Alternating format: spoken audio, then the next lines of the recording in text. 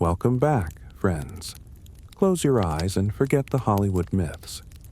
We're leaving behind the polished movies and stepping into the real Wild West, a place of raw, untamed danger where simply surviving the day was a victory.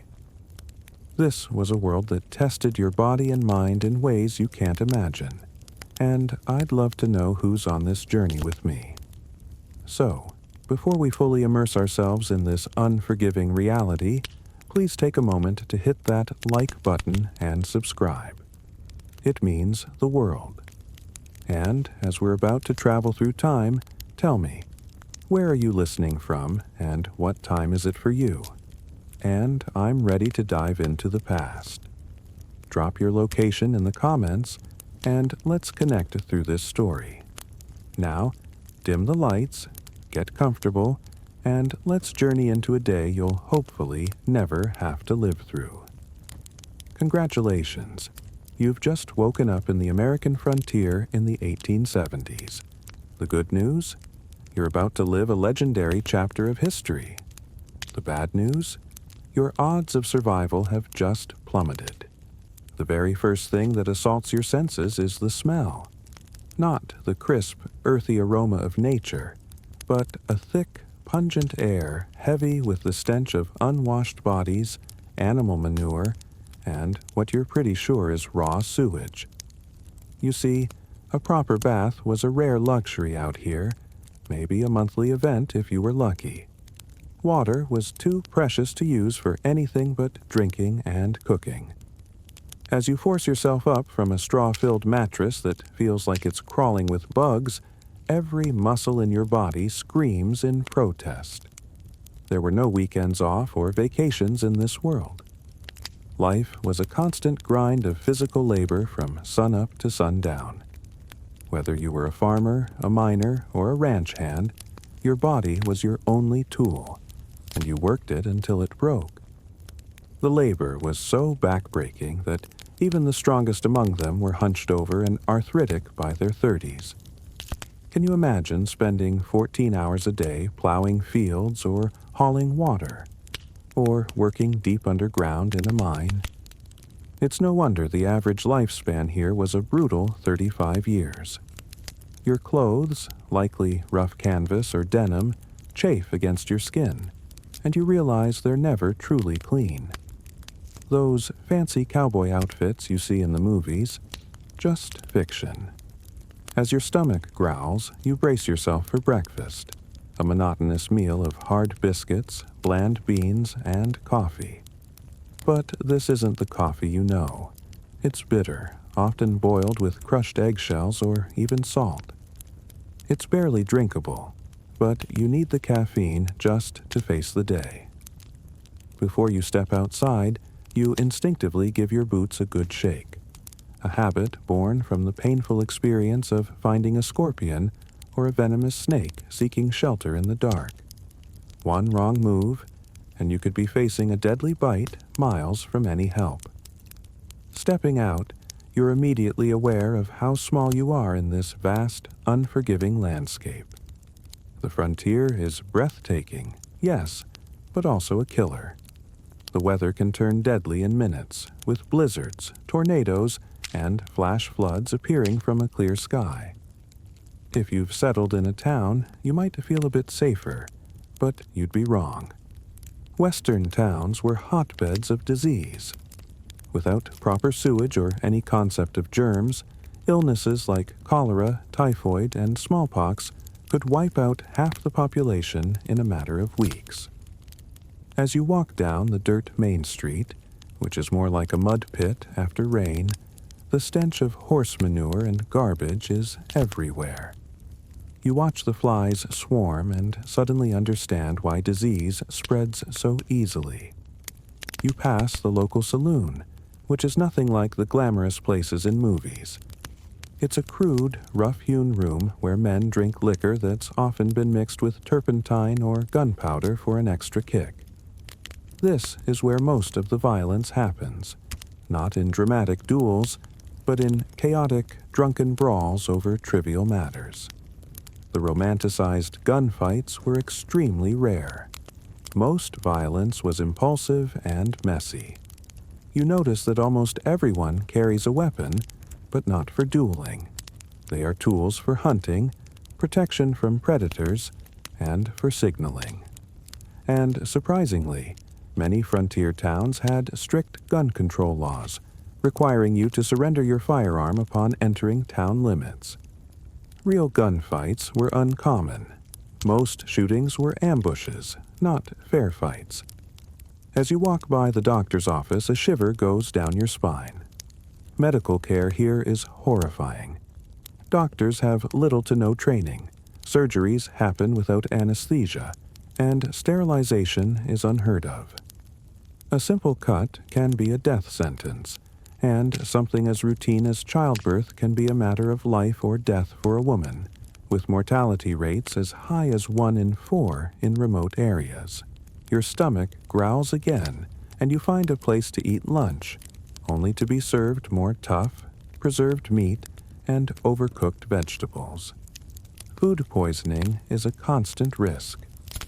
As you eat, you overhear conversations about outlaws and the dangers of traveling alone.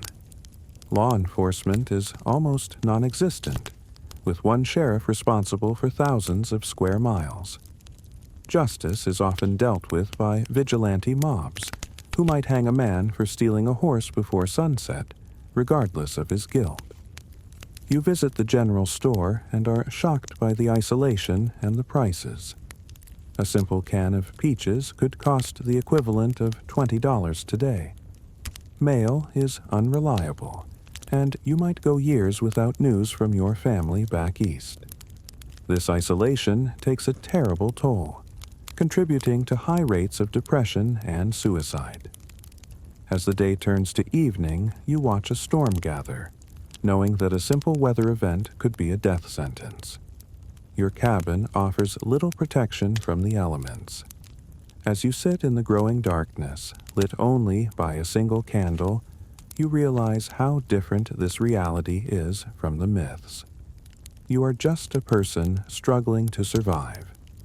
Exhausted, with aching muscles and an unsettled stomach, you prepare for bed.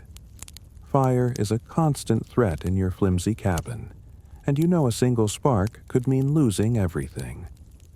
As you drift off to sleep, you can't help but wonder if you'll make it through tomorrow. The wind howls outside, a haunting reminder of how fragile you are against the untamed wilderness. Every day here is a victory. You've somehow survived the night, a minor miracle in itself. Your body aches, but there's no time to linger. The Wild West is waiting. As you contemplate the new day, you decide to try your luck with travel. Whether you're heading to a nearby town or joining a wagon train, travel in the 1870s is a brutal business. Forget the luxury of the railroad. Unless you're wealthy, you're traveling by horse or wagon, which is a nightmare. A good horse costs a fortune, and even then, hours in the saddle will leave you with agonizing blisters and aching muscles.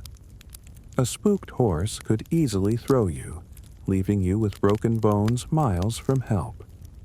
If you're in a wagon, you're in for a jarring, teeth-rattling ride. There is no suspension, so you feel every single rut and rock. Roads are just dirt tracks that turn into muddy pits when it rains and choking dust bowls when it's dry. Breakdowns are a constant fear, as a snapped axle could leave you stranded. Let's imagine you've decided to journey to California on the infamous Oregon Trail. This 2,000-mile journey was a death trap.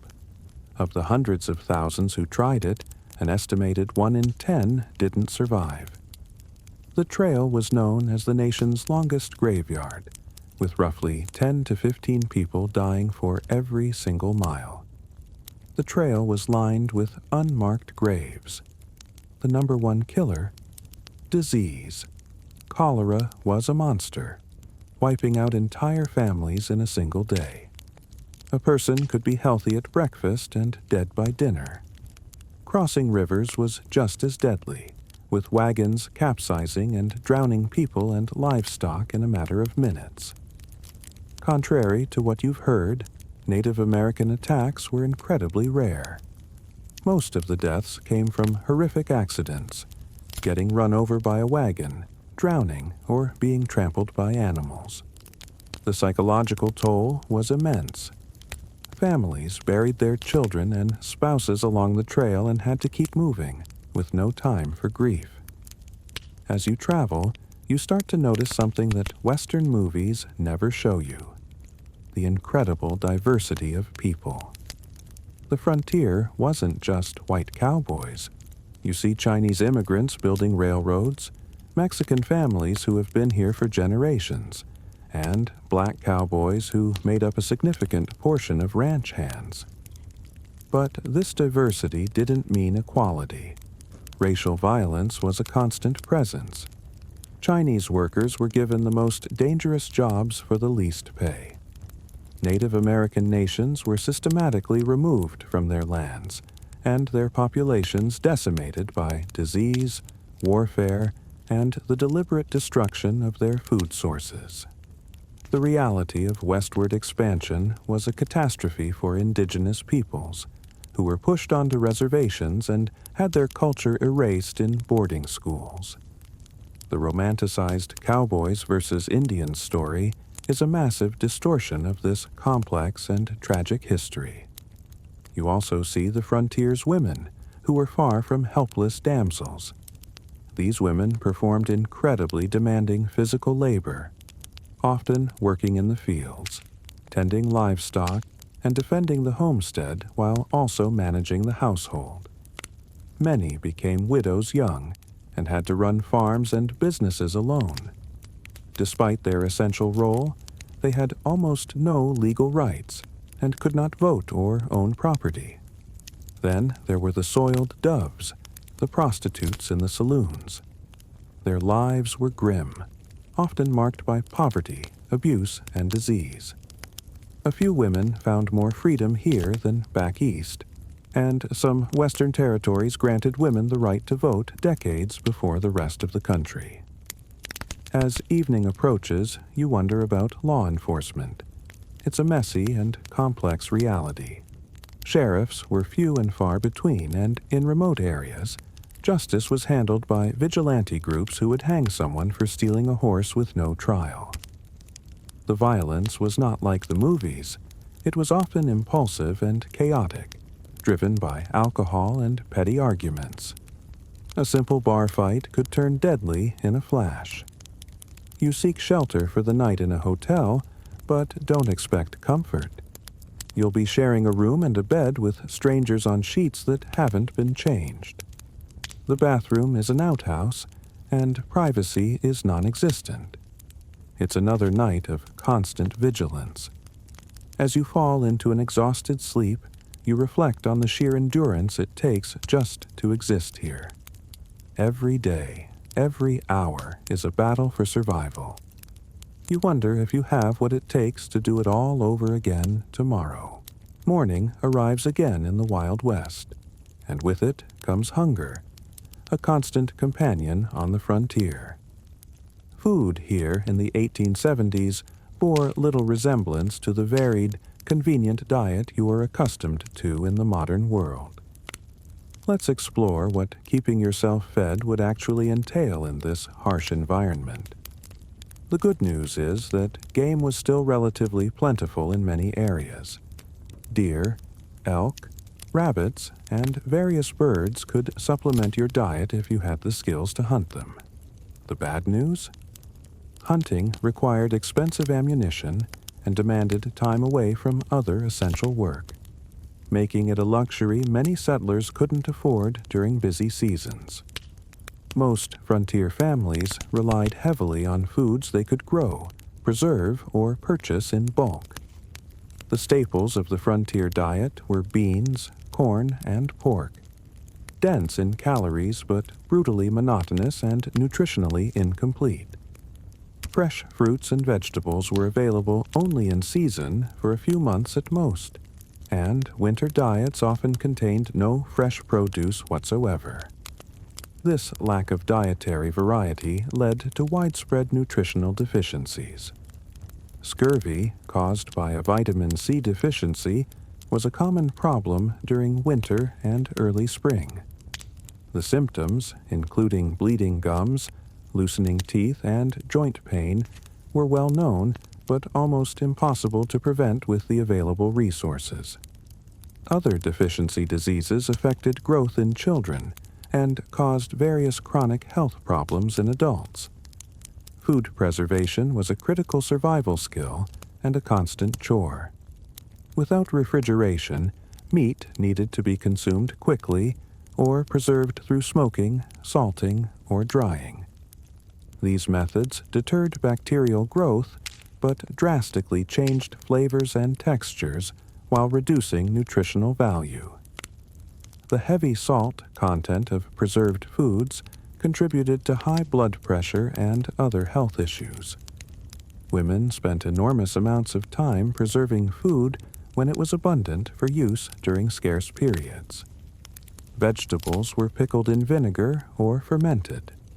Fruits were dried or preserved with sugar if it was available. Root vegetables might be stored in cool, dark root cellars. These preservation efforts weren't optional tasks. They were essential survival work that could determine whether a family would eat during winter. Food storage presented its own problems. Even properly preserved foods were vulnerable to pests. Rats, mice, and insects would consume portions of most stored supplies, and their droppings contaminated what remained. Most frontier families simply accepted a certain amount of insect parts and rodent droppings in their flour, beans, and other staples as an unavoidable fact of life. Cooking itself was far more labor-intensive than modern people can easily comprehend. Meals were prepared over open hearths or wood-burning stoves that required constant attention and fuel. In wood-scarce prairie regions, women and children might spend hours gathering buffalo chips, dried manure, or twisted grass to burn as cooking fuel. Water had to be hauled from wells or streams, often hundreds of pounds a day, for cooking, cleaning, and drinking. Even with all these efforts, meals lacked the variety and flavor profiles modern people expect. Spices were expensive luxuries, used sparingly, if at all. Sugar and coffee were treasured items, often hoarded for special occasions. Fresh milk was available only if a family kept a cow, and only for part of the year when the cow was producing. Most frontier children grew up on simple, repetitive diets that would horrify modern nutritionists. Interestingly, despite these limitations, obesity was rare on the frontier. The combination of limited food supplies, minimal sugar consumption, and constant physical labor kept most people lean. However, this leanness wasn't necessarily healthy, as many frontier folks suffered from malnutrition even with sufficient calories to sustain their work. Beyond basic survival needs like food, frontier life presented unique challenges for families raising children. If you had been born in the Wild West rather than just visiting it, your childhood would have been dramatically different from modern experiences. Childhood itself was conceived differently in the 19th century. Children as young as 6 or 7 were expected to contribute meaningful work to family survival, not as educational chores, but as essential economic contributions. Young children minded livestock, gathered eggs, picked vegetables, watched younger siblings, and helped with countless other tasks that freed adults for heavier work. By age 10 or 12, most frontier children worked alongside adults at nearly adult capacity. Boys followed fathers into fields, barns, or workshops, learning skills through direct participation rather than formal instruction. Girls worked with mothers, learning the complex domestic skills necessary for frontier homemaking. Not simple housekeeping, but the production of essential goods like clothing, preserved food, candles, and soap. This early adulthood extended to other areas of life. Children were not sheltered from the harsh realities around them. They witnessed births, deaths, the slaughtering of animals, and the sometimes violent conflicts of frontier communities. They were expected to understand and adapt to these realities rather than being protected from them.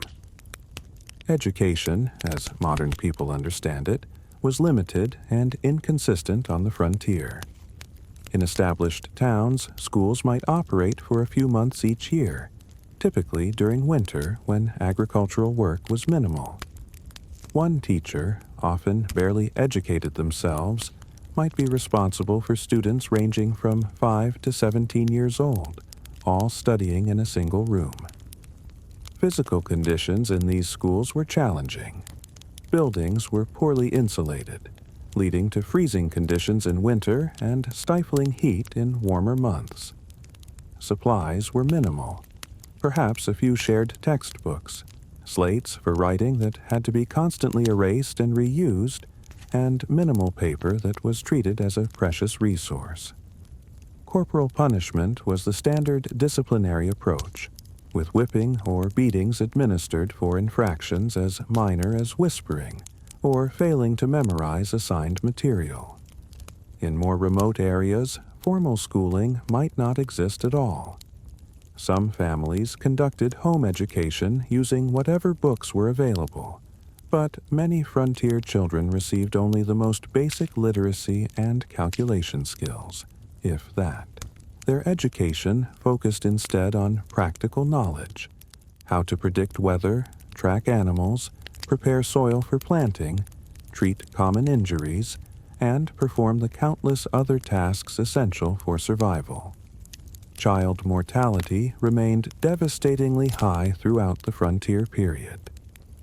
Approximately 1 in 4 children died before reaching adulthood, with the highest risk in the first 5 years of life.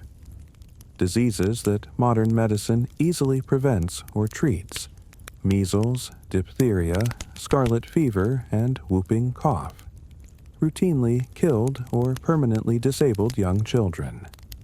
Accidents claimed many more, as child safety was a foreign concept in an era where survival demanded risk-taking.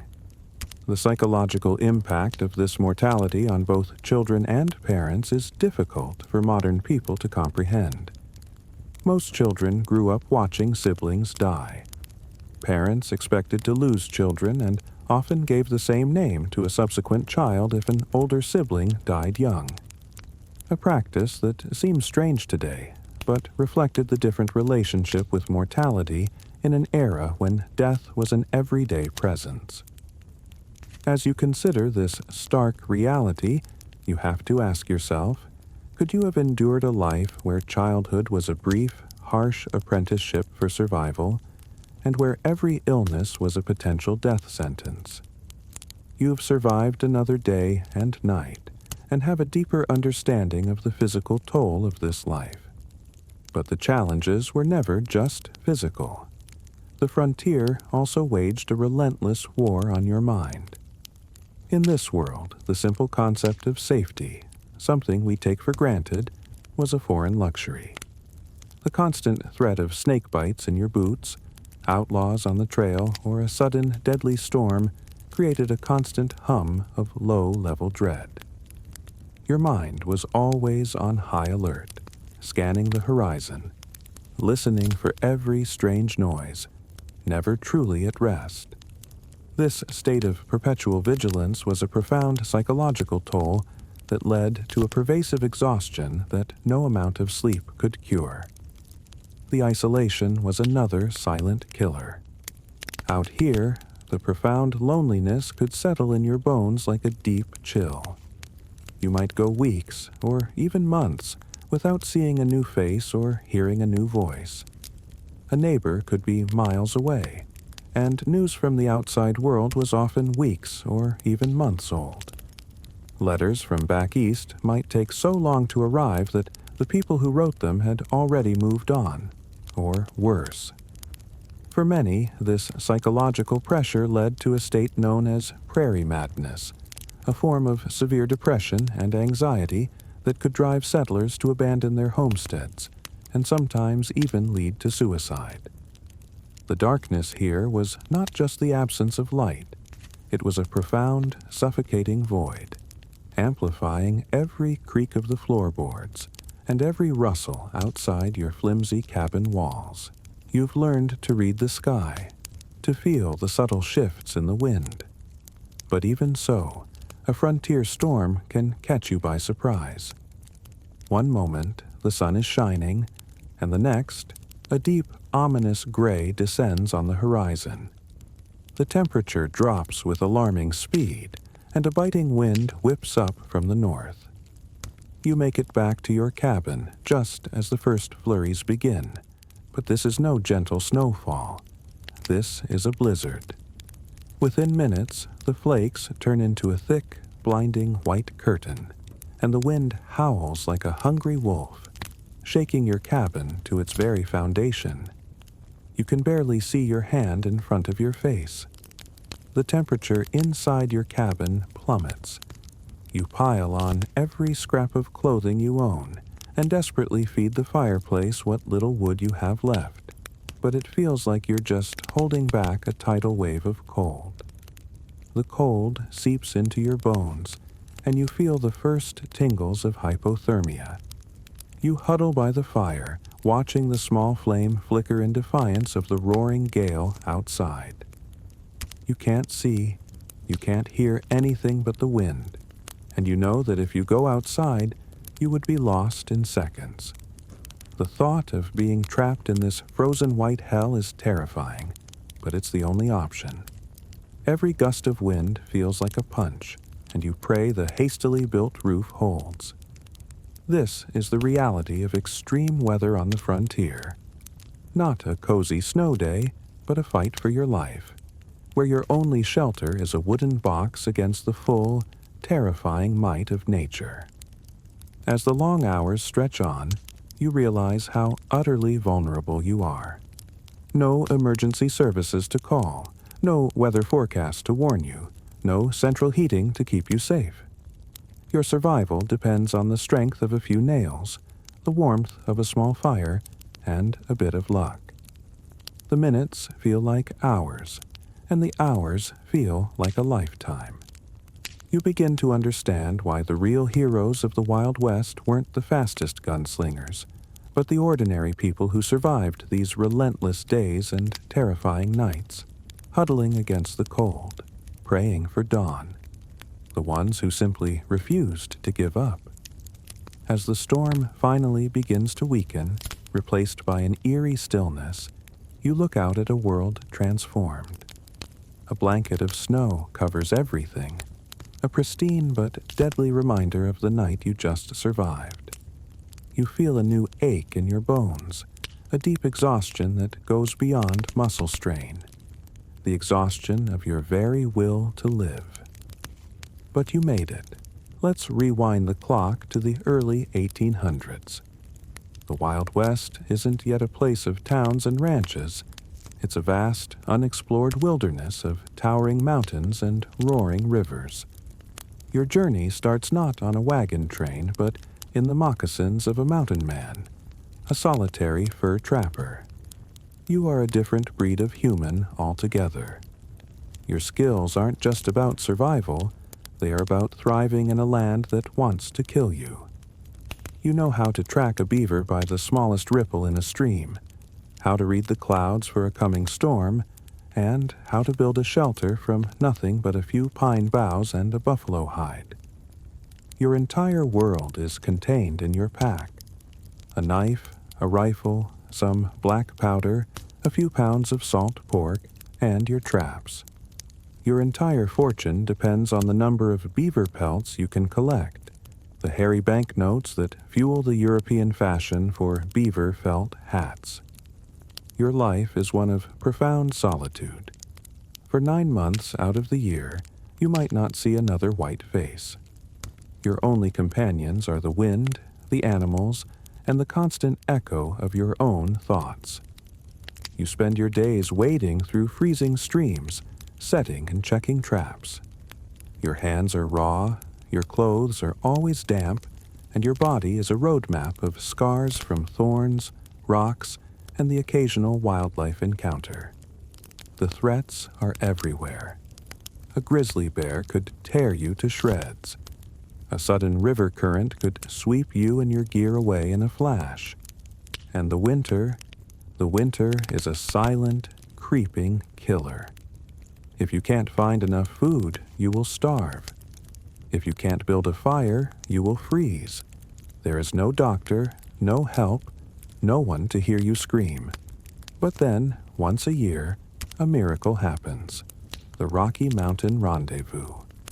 After months of utter isolation, you trek to a prearranged location, a large meadow where hundreds of trappers, traders, and Native American tribes gather for a few chaotic, glorious weeks. This is the antithesis of your lonely existence. The air is thick with the scent of campfire smoke, roasting meat, and unwashed humanity.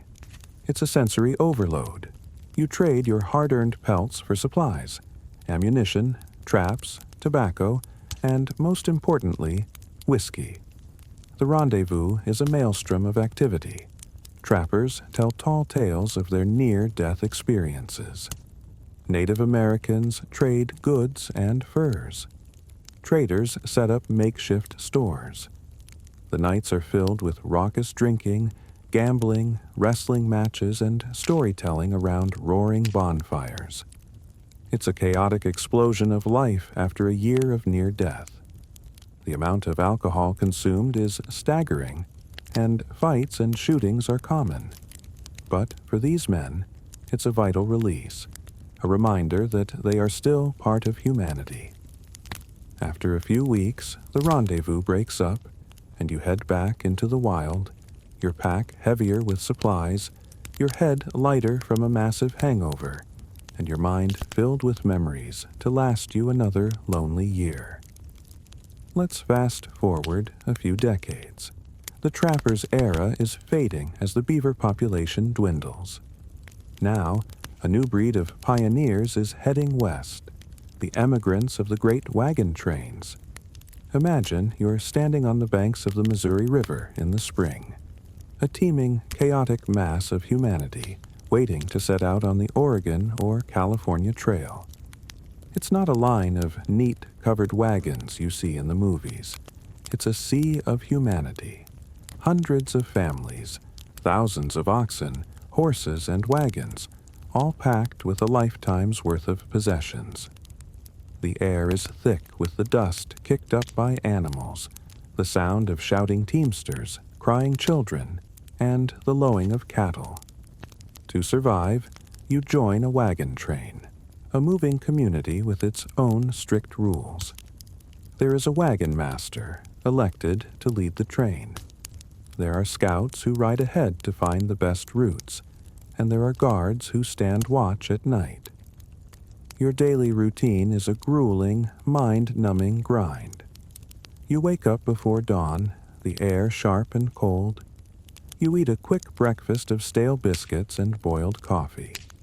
Then you spend hours yoking the oxen, a massive, stubborn beast that could crush you with a flick of its head. The wagons would start moving by mid-morning, inching along at a painful 1 to 2 miles per hour. This is not a relaxing journey. The dust is a constant torment, coating your lungs, your clothes, and your food. The sun is a relentless hammer, and the heat is unbearable. The biggest killer on the trail wasn't Native Americans. It was disease. Cholera was a monster, spreading like wildfire through the wagon trains. A person could be healthy at breakfast and dead by noon, their body ravaged by dehydration and fever.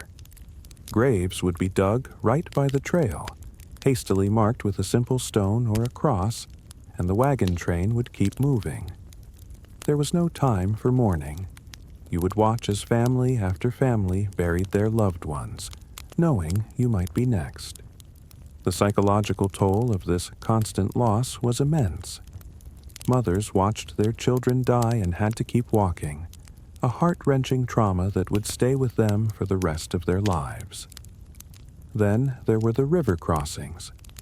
Rivers like the Platte or the Snake could turn deadly in minutes. The water would be icy and fast, and the wagons could get caught, turning over and drowning people and livestock. A single moment of panic could mean the end of your entire journey. And as you traveled, you would see the grim markers of those who came before you. Abandoned wagons, broken tools, discarded furniture, the physical evidence of broken dreams. Imagine the year is 1849, and the news has spread like wildfire. Gold in California. You drop everything. You sell your farm, your house, your belongings, and you head west. You don't know anything about mining, but you are driven by one thing: the promise of instant wealth. The journey to the gold fields is a brutal ordeal in itself. You could travel overland on the trails, a journey that would take months. Or you could take the sea route, sail from the east coast, cross the narrow and disease-ridden Isthmus of Panama on foot, and then catch another ship up the coast to California. Both options were a hellscape of disease, starvation, and danger. When you finally arrive in California, you are met with a scene of utter chaos. The mining camps are not charming little towns. They are temporary, muddy settlements, a sea of canvas tents and makeshift shacks. The prices are astronomical. A single egg could cost $1. A shovel could cost a week's wages. And your claim, the tiny patch of land where you will search for gold, is a constant source of conflict. The rules are unwritten, and disputes are often settled with a fist fight or a gun. You decide to try placer mining, searching for loose gold in streams. For 10 to 12 hours a day, you stand bent over in ice-cold mountain water, your hands constantly plunged into the freezing flow. You work with a pan or a sluice box, sifting through sediment, your back aching, your hands cracking and bleeding from constant exposure to the water and gravel. The work is physically punishing. After all that effort, you are lucky to find a few tiny flakes of gold, a minuscule amount worth pennies. The dream of finding a massive nugget is what keeps you going, but for most, it's a fantasy. For every lucky prospector, there are thousands who find nothing, who leave the camps just as broke as they arrived, but broken in spirit and body. And if you dare to try hard rock mining, digging into unstable rock without modern safety equipment, the dangers multiply. You face cave-ins, toxic gases, and premature dynamite explosions. The constant, thunderous noise leaves you with permanent hearing loss. After the Civil War, a new industry rises from the dust of the frontier: the cattle industry. As a young man with few options, you decide to become a cowboy. But your life is nothing like the glamorous freedom you've seen in the movies. You are a low-paid laborer, working for about $30 a month for exhausting, dangerous work. Your entire world is the long drive, moving a massive herd of thousands of longhorn cattle hundreds of miles from Texas to the railroad lines in Kansas. The drive is a grueling 3-month odyssey. Your day starts before dawn. You eat a quick breakfast of beans and salt pork cooked over the chuck wagon fire. The trail boss gives the orders, and you spend the next 12 to 14 hours in the saddle, moving thousands of animals across rivers, through canyons, and over plains. The work is dirty, smelly, and monotonous. The cattle are always moving, and so are you. You catch naps in the saddle and eat meals that are always gritty with dust. Your only gear is your saddle, a few changes of clothes, a bedroll, and your trusty horse. Your skills are not in shooting, but in riding, roping, and tracking. You are an expert at handling animals, not a gunfighter. The greatest threat on the drive is a stampede, triggered by something as simple as a lightning strike, a sudden noise, or a snapping twig. A herd of thousands of 1,500-pound animals can instantly turn into an unstoppable, destructive force. The sound is like thunder, a terrifying rumble that shakes the ground. Your job is to ride hard alongside the herd, trying to turn the led animals and get the stampede to run in a circle, a mill, until they tire out. Cowboys caught in a stampede are often trampled to death. River crossings are another deadly challenge. A panicked herd could create a deadly pileup, drowning cattle and cowboys in minutes. After months on the trail, you finally reach the railroad town, places like Dodge City or Abilene. These towns are not romantic movie sets. They are raw, violent, and chaotic. They are settlements composed almost entirely of saloons, brothels, and stores, catering to exhausted, adrenaline-filled cowboys who have just been paid for the first time in months. The violence here is commonplace, fueled by alcohol and months of pent-up tension.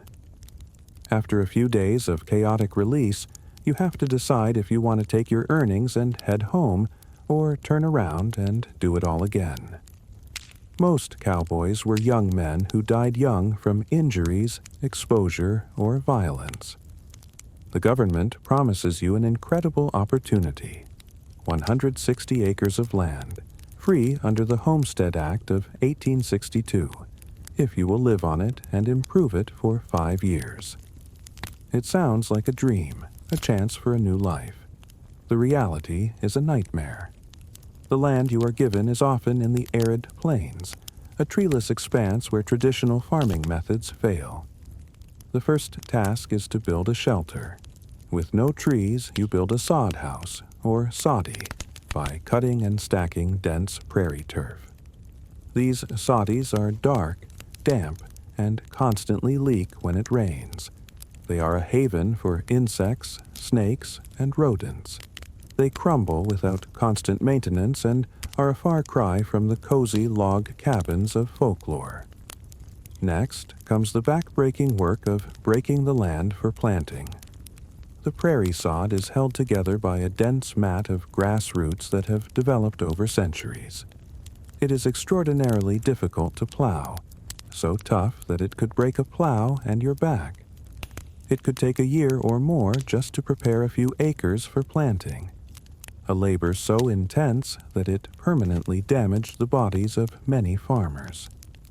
Once the crops are planted, you face threats from every direction. Drought could wither your plants before harvest. A sudden hailstorm could flatten your entire field in minutes. Prairie fires, sparked by lightning or a careless campfire, could consume thousands of acres in a single day, leaving you with nothing but black earth. And then there are the locusts. In the 1870s, grasshoppers descended in biblical swarms, consuming every living plant in their path. A swarm could be so thick it would blacken the sun, a buzzing, horrifying cloud that would eat your crops, your clothing, and the handles of your tools. A successful harvest was a victory against overwhelming odds. The women on the homestead were not just homemakers, they were partners in survival. They worked the fields, tended livestock, and managed the household, often continuing to work while heavily pregnant or just days after giving birth. Their work was essential for survival. The frontier, as a lawless, open expanse, was a fleeting moment in history, ultimately tamed not by gunfighters, but by technology. The Transcontinental Railroad, completed in 1869, was a massive agent of change, transforming travel from a 6-month death march into a week-long journey. The railroad brought settlers, supplies, and, eventually, a new way of life to the West. But it was built on the backs of thousands of laborers, including a massive contingent of Chinese workers who were paid less and given the most dangerous tasks, like handling explosives to blast through mountains. Another simple invention that changed the West forever was barbed wire. Patented in 1874, this thorny revolution allowed farmers to fence off their land cheaply and effectively. It spelled the end of the open range and the great cattle drives, leading to violent conflicts between cattle ranchers and homesteaders. The windmill unlocked the arid plains by bringing up groundwater, allowing for farming in regions that were previously too dry. The repeating rifle changed hunting and warfare, making it easier to kill both animals and humans. The final symbolic nail in the frontier's coffin came in 1890, when the U.S. Census Bureau officially declared that the frontier was closed, meaning there was no longer a continuous line of unsettled land. The great adventure was over. The Wild West, as a place of endless possibility and raw danger, was gone forever, replaced by towns, farms, and fences. So, as you reflect on this journey through the really old Wild West, you have to ask yourself, could you have endured the solitude of a trapper, the grind of a wagon train, the chaos of a gold camp, the dangers of a cattle drive, or the unrelenting hardship of a homestead? The people who shaped this era were not the idealized heroes of later fiction, but complex individuals with an almost unimaginable level of physical endurance, practical skill, and psychological resilience. Their story, stripped of its romanticism, is one of human struggle against overwhelming odds. The real magic of the Wild West was not in the gunfights, but in the sheer human will to survive, to endure, and to build a life in a world that would happily erase you without a trace. You've survived the physical toll of traveling on a wagon train, but what if you needed to get somewhere fast without the slow pace of oxen? Your only option was the stagecoach, a bone-shaking, cramped vehicle that was a marvel of its time and a torment to its passengers.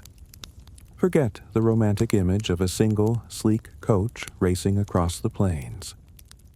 The reality was a heavy, lumbering carriage, often packed to the brim with a chaotic mix of people. You'd be crammed into a small, hot compartment with up to 9 other passengers, a cacophony of creaking wood, groaning leather, and constant jolting. There were no comfortable seats, just benches with hard leather cushions. As the stagecoach bounced over rutted dirt roads, you would be thrown against your fellow travelers, your body aching with every lurch. The journey was a sensory assault. A thick blanket of dust would coat you from head to toe, filling your lungs and making your eyes sting. The smell of unwashed bodies, tobacco smoke, and tired horses was overwhelming in the unventilated cabin. Sleep was a luxury you couldn't afford. The constant motion and the fear of an ambush kept your nerves on edge. The driver, or whip, was a highly skilled individual, navigating treacherous mountain passes and swollen riverbeds, his face a leathery mask of concentration. The only breaks in this grueling journey were at swing stations, crude, isolated outposts where the weary horses would be swapped out for a fresh team. You might have just enough time to grab a rough meal, often just dried meat and biscuits, and a cup of strong, bitter coffee before you were back on the road. The journey was not about comfort, it was about speed. A typical stagecoach trip could cover 100 miles in a 24-hour period, a blistering pace for the time. But this speed came with a constant risk of a broken wheel, a runaway team, or a holdup by outlaws.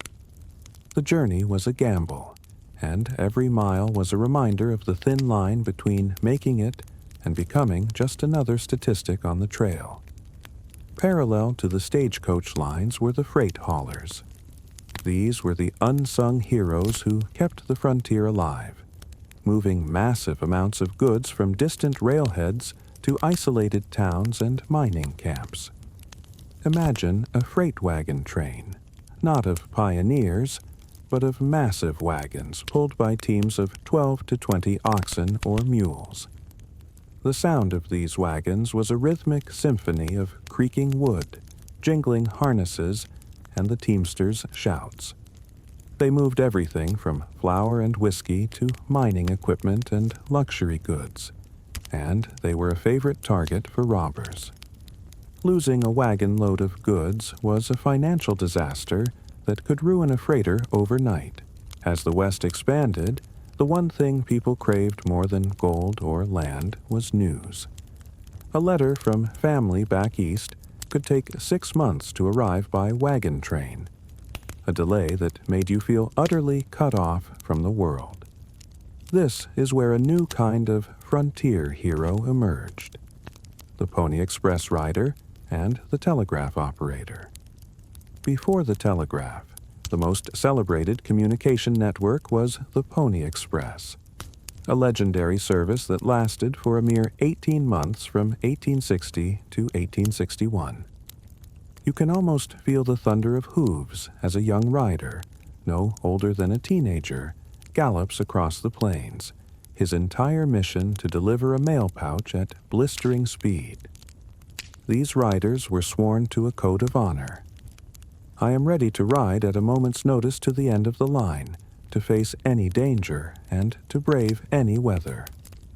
The riders would change horses at relay stations every 10 to 15 miles, leaping from one horse to another in a matter of seconds. They carried no weapons, as they needed to be as light as possible. Their only defense was their speed. The mail was incredibly expensive. A single letter could cost the equivalent of $100 today, but it could travel from Missouri to California in an astonishing 10 days, a record that was unheard of at the time. This was a testament to human endurance, a single rider pushing his body and his horse to the absolute limit. But even the Pony Express was just a temporary solution. A new technology was already stretching its nervous system of wires across the continent: the telegraph. Imagine yourself as a young telegraph operator in a remote frontier town. Your world is a small, quiet office filled with the constant, rhythmic ticking of a machine sending Morse code. You are the town's lifeline. Through this buzzing wire, you receive news of the president, reports from the goldfields, messages about family births and deaths, and urgent financial transactions. A message that once took months to travel now arrives in minutes. The telegraph operator held immense power and responsibility, as they were the gatekeepers of information. They knew everything happening in the world, while the rest of the town lived in a state of isolated ignorance. This instantaneous communication had a profound effect. It began to dissolve the profound isolation of frontier life. It allowed businesses to operate over vast distances and changed the very nature of warfare and law enforcement. A U.S. Marshal could now receive a telegram about a fugitive, and the news would travel faster than the criminal. The telegraph didn't just connect towns, it tied the nation together, making the sprawling West feel a little smaller, a little less wild.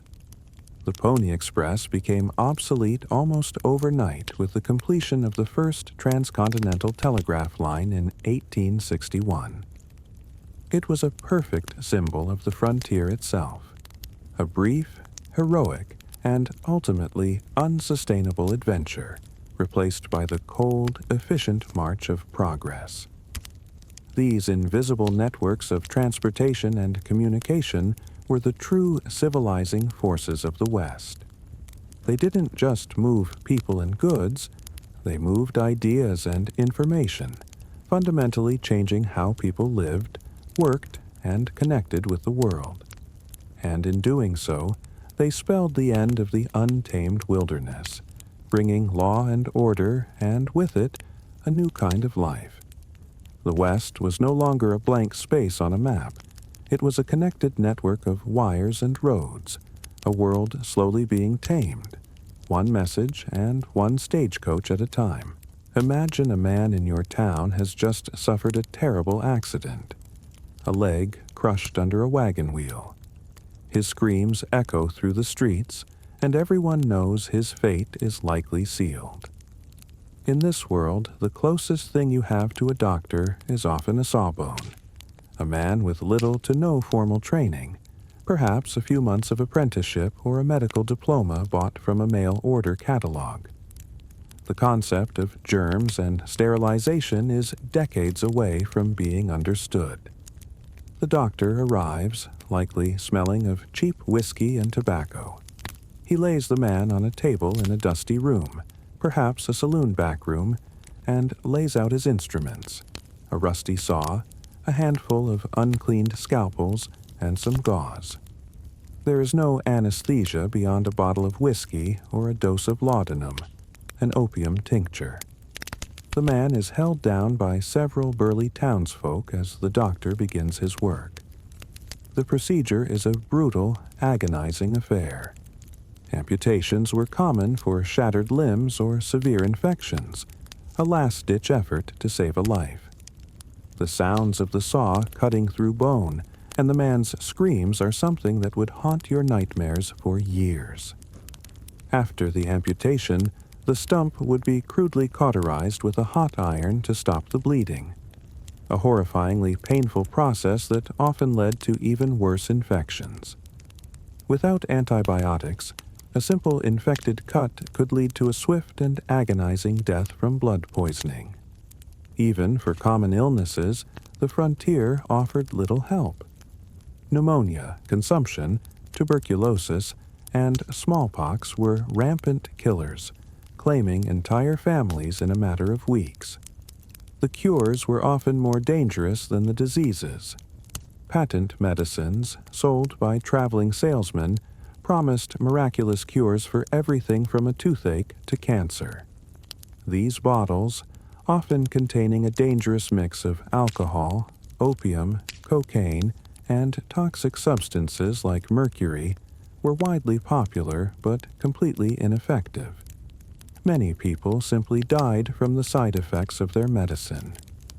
In this grim landscape, women often served as the primary healers. Through generations of inherited knowledge, they understood herbal remedies, delivered babies, and cared for the sick and dying. Their knowledge was practical, passed down from mother to daughter, and often more effective and less lethal than the treatments offered by so-called doctors. A woman's ability to treat a fever with a poultice or deliver a baby safely was a skill more valuable than a doctor's diploma. The high mortality rate was a constant presence, a fact of life that you had to accept. Everyone in town had lost a child, a spouse, or a friend to a simple fever or a minor accident that would be a routine visit to a modern hospital. Against this backdrop of suffering, the human need for connection and joy was an incredibly powerful force. While the movies paint saloons as places of constant gunfights, the reality was far more complex. The saloon was the social and commercial heart of the community. It was the first place a new arrival would go for a meal and a room. It served as the town's de facto post office, bank, and courthouse. Business deals were conducted here, political debates were held here, and gossip was exchanged over a glass of rye whiskey. It was a chaotic, smoky, and often loud place filled with the sound of clinking glasses, a piano player banging out a tune, and the clatter of poker chips. The games of chance, poker, faro, and monte, were a major draw, but they were also a source of conflict. You'd learn to spot the professional gamblers, men with steel in their eyes and a lightning-fast hand, ready to take your life savings with a few card tricks. But beyond the drinking and gambling, the saloon was where a town came to life. It was a release from the brutal grind of farming, mining, or ranching, a place where men could escape the solitude and find a temporary sense of camaraderie. But the most important social event on the frontier was the community dance. These were not formal, elegant balls.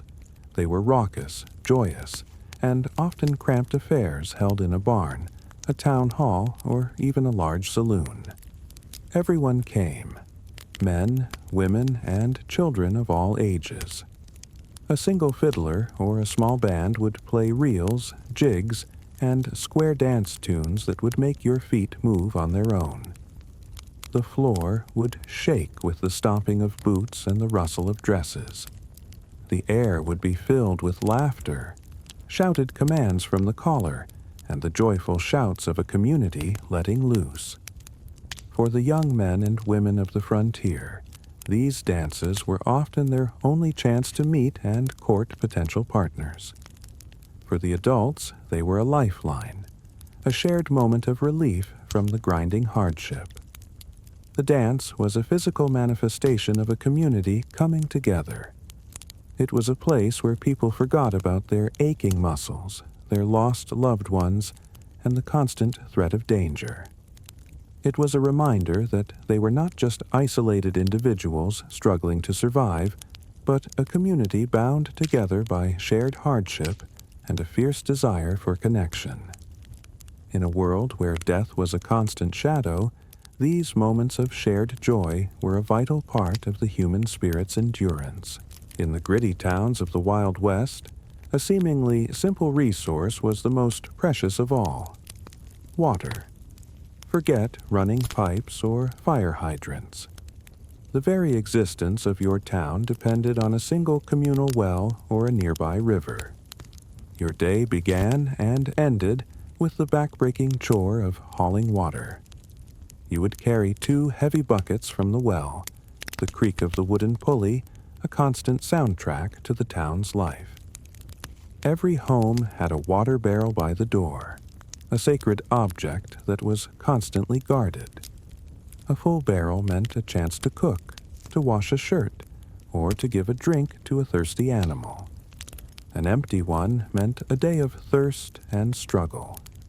This endless labor defined the rhythm of daily life and was a source of constant physical strain. And water was the only defense against the most terrifying enemy a frontier town could face: fire. Built from dry wood and packed together, these towns were tinderboxes waiting to explode. A single spark from a cooking stove or a thrown cigarette could ignite a building in seconds. With no professional fire brigades, the town's entire population would rush to the blaze, forming a frantic bucket brigade from the communal well. You would pass bucket after bucket of water, a desperate chain of humanity fighting a losing battle against the hungry flames. The speed of the fire was astonishing. It could devour an entire block in a matter of minutes, leaving behind nothing but smoldering ash and broken dreams. Everyone in town had lost a home, a business, or even a friend to a devastating blaze. The constant threat of fire was a deep-seated fear that permeated every aspect of life. In this raw environment, law and order were not a given. They were a traveling commodity. Most rural areas had no resident judge or courthouse. Instead, justice arrived on horseback in the form of a circuit judge. This was a solitary figure, a weary man of law who traveled a grueling 1,000-mile circuit, holding court in different towns every few weeks. He was a symbol of civilization, bringing with him the promise of formal justice. When the judge arrived, a town would transform. A saloon would be cleaned up and turned into a temporary courtroom. The bartender would become the bailiff, and local men would be sworn in as a jury. The trials were rough and tumble affairs, often taking place with the sounds of poker games and shouting from outside the makeshift courtroom. there were no highly paid lawyers. A defendant would have to argue their own case, often after being locked in a small, crude jail made of logs. The judges' sentences were swift and decisive, reflecting the brutal nature of the frontier. A horse thief might be sentenced to public flogging or branded. A minor dispute might be settled with a simple fine. The judge's power was absolute, and his decisions were the only form of legal recourse for hundreds of miles. His arrival was a tense but necessary event, a fleeting moment when the chaotic wilderness was forced to submit to the rule of law. Amidst the relentless work and constant danger, the human spirit needed moments of pure, unadulterated joy. For this, the frontier had the traveling show, a traveling circus, a vaudeville troupe, or a medicine show. The arrival of one of these shows was a massive event, a sensory explosion that brought color, music, and wonder to a world of endless dust and brown earth. You would hear it before you saw it. The bright, wheezing sound of a calliope, a steam-powered organ, playing a cheerful tune that echoed across the plains. Then you would see the wagons, painted in vivid reds and yellows, pulled by a team of exhausted horses. The entire town would turn out to watch as the performers unloaded their wagons. For a brief, magical interlude, the streets were filled with the exotic sounds of a roaring lion, the bark of a ringmaster, and the joyful music of a brass band. For a few precious dollars, you could buy a ticket to a world of spectacle. You would watch acrobats in dazzling costumes perform impossible feats, a muscular strongman lift incredible weights, and clowns with painted smiles perform hilarious skits. You might get a glimpse of exotic animals you'd only ever seen in books, a tiger, a camel, or a monkey. The shows were a complete escape from the harsh reality of your life. For a couple of hours, you could forget about your aching back, the drought, and the constant threat of fire. These performances were more than just entertainment. They were a vital communal experience. They were a shared moment of wonder that bound the town together. In a world with no televisions or radios, the circus was a magnificent reminder of a bigger, more vibrant world beyond the horizon. It was a testament to the fact that even in the grimmest of circumstances, people would still find a way to create and celebrate beauty, laughter, and a fleeting sense of magic.